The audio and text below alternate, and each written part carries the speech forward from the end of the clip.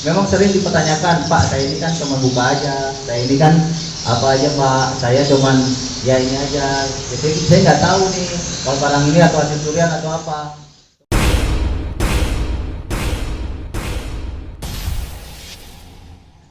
Assalamualaikum warahmatullahi wabarakatuh. Selamat siang menjelang sore, salam sejahtera untuk kita semua. Izin sebelumnya maaf memperkenalkan diri, nama saya Iis Junaidi. Mungkin sebagian udah banyak, ada juga yang kenal, ada juga yang melihat atau apa. Jadi di sini saya mencoba untuk mewakili dari kepolisian lah, bukannya dari Jatan Ras atau apa. Ini sekedar sharing atau berbagi ilmu mengenai tadi temanya. Jadi buka pola atau tanpa ini barang yang tidak diketahui atau tidak jelas siapa pemiliknya, dengan keahlian yang saudara-saudara punya. Mungkin ada yang mau dipertanyakan mengenai ke ilegalnya atau keabsahannya ini bisa atau tidak terkait atau tertanggung dengan perkara hukum. Jadi gini, sedikit yang saya akan berikan mengenai buka pola barang atau yang dalam hal ini handphone atau laptop. Satu yang kita biasanya dari kepolisian atau bidang hukumnya ini biasanya kita akan menerapkan, yang pertama kita jelaskan adalah pasal 480 di dalam hal ini lalu menada. Yang ini mungkin kita akan menjelaskan dulu pasal 480 KUHP, yaitu dengan hukuman penjara selama 4 tahun atau denda sebanyak 900. Itu masih hukum lama ya, karena sebagai sekongkol barang siapa yang membeli, menyewa, menerima tukar, menerima gadai, menerima sebagai hadiah, atau karena mendapat untuk menjual, menukarkan, menggadaikan, membawa, menyimpan atau menyembunyikan suatu barang yang diketahui atau yang dipatut disangkanya karena kejahatan. Ayat 2-nya bilang, barang siapa yang mengambil keuntungan dari hasil suatu barang yang diketahui atau yang patut harus disangkakan barang itu diperoleh karena kejahatan. Jadi gini, dalam bunyi pasal tersebut, dalam bidang kita emang kita ini sebagai pelayan juga lah ya kan, jual jasa. Jual jasa.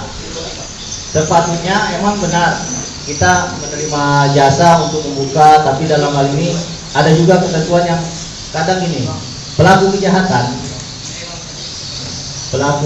dalam hal ini seringkali memanfaatkan bidang jasa yang saudara-saudara atau kalian yang saudara punya. Tapi dalam hal ini sebetulnya kayak kita bukannya kenapa tidak, takutnya nanti kan disalahkan. Itu bisa jadi ada juga orang pelaku kejahatan yang menjual barang tersebut yang tidak diketahui atau patut diduga itu adalah barang hasil kejahatan. Memang benar dalam hal ini terkait apapun yang kita kerjakan, patut diduga aja kita perlu barang hasil kejahatan itu adalah diduga barang hasil kejahatan. Memang sering dipertanyakan, Pak, saya ini kan cuma buka aja, saya ini kan apa aja Pak, saya cuman ya ini aja. Jadi saya nggak tahu nih kalau barang ini atau hasil curian atau apa. Cuman dalam hal ini kan mungkin yang kita tekankannya patut diduga barang tersebut adalah hasil kejahatan. Emang benar banyak yang sering terjadi ya seperti itu. Saya tidak ada niat untuk membeli barang hasil kejahatan, Pak. Tak ada di dalam diri kita ini atau dalam diri kita masing-masing ini untuk niat membeli hasil kejahatan, memang tidak ada. Ya. Cuma dalam bahasa hukumnya, yaitu udah patut diduga bahwa barang tersebut ada satu, siapa yang menjual, siapa yang patut diduga kira-kira. Misalnya, maaf cakap nih, kita bukannya merendahkan orang lain. Orang ini membawa iPhone yang kita tahu polanya. Jadi itu kan patut diduga nih, bukannya merendahkan atau tidak kan? Kira-kira ini cocok apa enggak sih? Orangnya gimana sih? Saya sedikit banyak pasti kayak rekan-rekan ini pergaulannya pun bukan rendah atau bukannya kecil, pasti luas. Saya yakin itu dari semua unsur mungkin ada, kalau yang tawannya kepolisian, tawannya yang lain pasti apa lebih tahu lah kawan-kawannya. Nah, dari situlah mungkin patut ditengok orang yang membawa ini, ya kan? Patut ditengok, oh ini gimana atau gimana gitu loh. Soalnya saya yakin juga kalau kau tidak ingin karena jasa kalian tersandung gitu. Dalam hal ini emang tak ada niatan untuk mengambil atau membeli ya barang hasil kejahatan, tapi patut diduga itu wajib. Makanya bunyi pasal 480 patut diduga barang tersebut adalah hasil kejahatan. Kira-kira gambarannya seperti itu sedikit banyaknya, atau emang ada yang mau ditanyakan lagi silakan.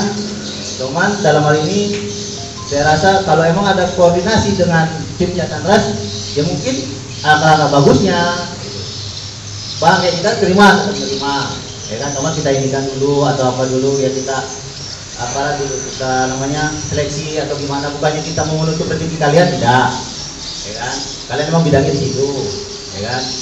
Nah, tapi sekarang dalam apa ini kalian ini banyak dimanfaatkan oleh para pelaku kejahatan. Nah, ini silakan kalau ada yang mau bertanya, ada yang ada ini, ada yang mungkin ada yang kurang jelas Pak, mungkin Bapak penjelasannya nggak sampai kayak gini Pak, atau gimana Pak? Nah, silakan. Kita di sini sharing, ya kan? Saya pun tidak ingin menutup rezeki kalian atau apa, tidak. Tapi kadang kalian yang ada dalam bidang kalian ini sering dimanfaatkan oleh para pelaku kejahatan. Nah, itu artinya. Oke Pak, saya mau nanya ya. Jadi gini, kebetulan kita udah pernah sama-sama berkasus. Jadi saya nggak mau kehilangannya terulang yang kedua kali. Yang pertama, untuk mengantisipasi handphone itu datang ke tempat kami dan kami eksekusi, apakah itu perlu pakai kuota atau perlu pakai nota pembelian atau ya bagaimana lah gitu Pak. Terima kasih, emang pertanyaan yang ditujukan ini. Emang sebenarnya kayak kita dalam ini yang membuka jasa, mungkin kalau misalnya untuk mengantisipasi supaya tidak terlibat atau tidak dalam tahu tiba-tiba kita terikut atau tersandung dalam tindak kejahatan, emang gini Mas Dewan. Emang kepemilikan barang emang yang dinyatakan keabsahan atau barang itu pemiliknya siapa itu emang dari kota satu dan kota pembelian itu satu. Tapi dalam hal ini banyak juga kalau dari luar gini kan ada juga yang misalnya second atau apa, emang ada nih. Nah, dalam hal ini mungkin tapi tetap namanya nota penjualan atau nota pembelian. Walaupun barang itu saya bilang tanpa istilahnya bukan apalah, istilah kota udah nggak ada, apa ini nggak ada, tapi emang barang ini emang bukan barang hasil ini kan. Tapi biasanya emang tetap nota penjualan ini tetap ada. Tapi dalam hal ini biasanya dari pelaku gini, dia akan melakukan kejahatan dan dia akan mencoba menjauhkan dari TKP atau dari mana dia tempat dia mengambil. Dari rengat dia akan berusaha akan pergi menjauh, misalnya ke Belilas, ke Molek atau ke mana, ya kan. Tapi ini memang patut diduga sebetulnya gini, makanya saya perlu diapakan juga bagi para saudara-saudara mungkin ini. Sebelum diapakan ditanya dulu identitas. Nah, identitasnya di mana, kenapa? Karena istilahnya kan bisa ditengok dari situ patut diduganya gitu. Misalnya dia nggak bawa identitas, misalnya ada pun dia bawa identitas, dia orang rengat, bisa dijual sampai ke Molek atau dijual juga sampai ke Seberida. Kenapa? Apakah kesannya di rengat ini nggak ada yang mampu gitu kan gitu. Nah, tapi lagi saya pun senang juga ini kayaknya udah terkumpul semua nih. Ini udah terapa ya Mas ya? Sudah terkoneksi lah semua seluruh info nih ya.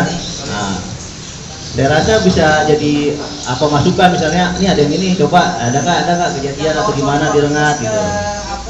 Nah, dan saya rasa kalau emang untuk menutupi supaya tidak ini ada juga emang ya kayak KTP Mas, KTP surat pernyataan. Nah, ya kan emang niat kita bukan untuk ya ikut bersekongkol ataupun membantu turut serta dalam melakukan tindak kejahatan, ya kan? Tapi kita ini memang menjual jasa, kayak Mas.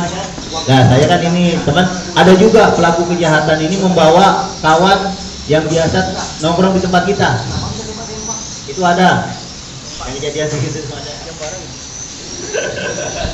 Contohnya jadi kayak Mas itu memang itu tuh dia merasa oh ini kawan, oh ini nggak ada masalah, ya kan? Nah, ada yang memanfaatkan hal-hal seperti itu ada, ya kan? Kawan yang sudah kita kenal, tolonglah bawain ke sana, ya kan? Jadi kita pun gak ada merasa curiga nih, karena emang ya segala pelaku kejahatan akan menghalalkan segala cara lah. Nah, saya rasa itu. Tapi intinya kalau emang supaya tidak tersandung ini ya intinya ya yang namanya ini, makanya saya bagi patut diduga barangnya kejahatan. Kenapa? Satu gini, intinya kenapa dia orang dekat jualan kayak molek, ada apa nih? Atau dia di sini terusnya Mas tengok KTP-nya boleh nggak? Kalau dia nggak mau patut diduga. Kalau emang kenapa sih? Kalau nggak ada masalah kita menanyakan identitas. Saya rasa sih itu aja, tanya identitasnya, foto aja, ya kan? Antisipasi ya, mungkin tidak ada ya kita untuk membantu kejahatan, tidak ada. Tapi pelaku kejahatan akan menggunakan segala cara untuk ini, Pak, saya jualnya ke sana loh, Pak. Nah, kenapa kamu jualnya ke sana? Tak ada, Pak, di sana yang bisa diambil. Karena banyak ngambil di rengat, jualnya ke mall atau kemana dan sebagainya. Seperti itu, Mas. Mungkin sedikit banyaknya itu. Ada lagi kira-kira? Kalau seandainya kita minta foto KTP-nya itu, Bang, terang itu nggak masalah? Nggak masalah. Saya rasa nggak masalah. Antisipasi kita simpan fotonya nih. Ini Pak, ini orang yang jual. Nah, gitu loh. Ada sebelumnya sempat seperti itu ada. Tapi saya lihat gini, banyak orang yang membuat surat pernyataan tanpa dilengkapi dengan data diri. Dia harus pakai data diri KTP. Iya. Dia buat pernyataan. Saya namanya ini. Tapi kadang surat pernyataan itu berbeda dengan data diri dia yang dikasihkan. Ada seperti itu. Dia mau buat pernyataannya ada nih. Data materai. Ini lupa orang yang jual. Datanya anak. Nggak ada, Pak. Dia cuma nulis ini aja. Ada situlah kadang kesalahan kita yang dimanfaatkan. Kalau pakai KTP aman loh. Oke, silakan. Kalau pakai KTP aman loh. Silakan. Nah, kita tengok juga. Kita kan bisa menilai. Bukannya kita merendahkan orang, tidak nih. Cuma dalam bidang hukum memang seperti itu. Patut diduga barang tersebut adalah hasil kejahatan. Nah, kita tengok nih ada yang jual laptop. Tapi bukannya apa tidak. Coba buka dulu laptopnya. Coba ini gimana? Dia paham nggak sama laptop nih? Kalau dia nggak paham tapi dia menjual laptop, kira-kira patut diduga nggak kira-kira? Nah, seperti itu gitu. Kalau enggak ini dia jual handphone nih. Ini tipe apa nih? Kita tanyalah kan tipenya apa nih. Tentu sedikit banyaknya dia minimal harus mengetahui tipe handphone itu kalau emang itu miliknya. Kalau gini kan, kita sudah terlanjur eksekusi handphone yang sudah berpola. Kebetulan anggaplah polanya ya ringan gitu Pak ya. Tapi kan jawabannya bukan. Yang pertama itu data diri yang buka pola sudah diberikan kepada kita, memang benar. Fotonya foto dia, KTP-nya KTP dia, tetapi besoknya ada masalah di kantor polisi dan kita itu tidak tahu bahwasanya itu handphone curian atau bagaimana, atau dia beli juga ya Pak. Apa sanksi yang akan dikasihkan sama kita gitu, yang diberikan polisi, atau kita bisa bebas atau gimana? Nanti takutnya ada apa, kita maklum ya Pak ya, takutnya kita memang dimasukin sel gitu, nggak bisa nyervis di sana lagi. Saya soalnya mungkin berurusan sama polisi, bisa dikatakan sampai kenal polisi Ermole. Om Bet ini si kopla ada. Kapan kamu mampir lagi ke sini? Kapan? Jangan gitu loh. Jadi gitu. Kami minta solusi dari bapaknya. Kalau seandainya terlanjur, bagaimana Pak? Mohon maaf Pak ya. Oke, terima kasih pertanyaan yang bagus lah ya kan. Ada gini, dalam hal ini kayak kami penyidik atau tim jatan ras atau tim unit opsional atau tim boosternya atau tim polisi dimanapun, emang dalam hal ini apabila sudah ini ya kita kadang punya kebijakan juga sih. Yang penting intinya gini mas sudah terlanjur membuka, sudah membantu, tapi memang pertama kita emang nggak tahu nih, emang benar-benar nggak tahu gitu loh, emang benar datanya pas ataunya pas, ya kan, bukan patut diduga dari kejahatan, itu memang masih ada pertimbangan mas. Tapi intinya tetap bagi kita yang setiap telah melakukan seperti itu atau telah membantu, minimal akan kita minta keterangan, kita akan jadikan saksi, gitu loh. Nah, emang jadinya bukannya mendatangkan polisi itu bisa dimasukkan, tidak. Kita akan minta keterangan, kita akan minta perkembangannya gimana, siapa saja orangnya, kira-kira cirinya siapa, atau gimana. Nggak langsung tiba-tiba membantu terus ya ini karena udah terlanjur, tapi kan karena kita patut begini loh Pak, ini Pak orangnya, ini emang patut diduga, ya dia saya rasa saya pun kenal orang ini dan dia pun bukan pelaku kejahatan atau apa, emang dia pernah membeli handphone atau buah handphonenya hasil kejahatan, terus saya buka, paling saya akan dalam hal ini penyidik atau apa penyidik pembantu akan meminta keterangannya, karena serta-merta langsung dia masuk. Kalau saya emang dari pertama sudah mas meriksa dulu kan, oh benar kok, oh ini benar kok. Emang kan memang banyak yang saya dari identitas sosial di polanya, oh Pak benar emang sesuai dengan fotonya pun ada di situ kan gitu. Nah, emang tidak nggak serius kayak Mas sendiri, oh emang bukan pelaku nih, bisa lah, ya kan? Nah, jadi seperti itu Mas, gak serta-merta kita tapi akan satu ya pasti kayak Mas sendiri atau yang lainnya kawan-kawan yang lainnya pasti akan dimintai keterangan, gitu loh. Emang jadi sibuk, dipanggil ke kantor polisi, dibuat jadwal, diperiksa gitu. Nggak serta-merta langsung masuk. Memang kalau ini patut diduga kan kita pun bisa menilai juga. Saya rasa dengan terkumpulnya forum seperti ini pun ya orang yang sadar nih kalau di sini pun nggak mau nih terjeratnya atau tersandung masalah hukum, ya kan? Saya rasa itu udah bagus juga loh Mas. Dengan adanya saling komunikasi, saling share atau saling berbagi informasi. Ini sudah salah satu istilahnya awal yang bagus lah. Dan kami pun tidak serta-merta langsung memasukkan orang pribadi, tidak masukkan. Tapi kadang semua dalam hal ini bukan permintaan kita dan juga permintaan dari si jaksa. Dalam hal ini penuntut umum di kejaksaan, tolong dihadirkan sebagai saksi atau diperiksa sebagai saksi. Kadang bukan semua serta-merta itu kepolisian. Kadang ini kenapa? Ini polisi ini sama ini pasti gini-gini ada. Tidak. Kadang semua itu kita kan berkaitan nih, kadang tolong Pak yang apanya Pak, ini Pak yang punya konsernya itu Pak dijadikan saksi Pak. Kalau emang dia pertama sudah misalnya seperti itu Mas gambarannya.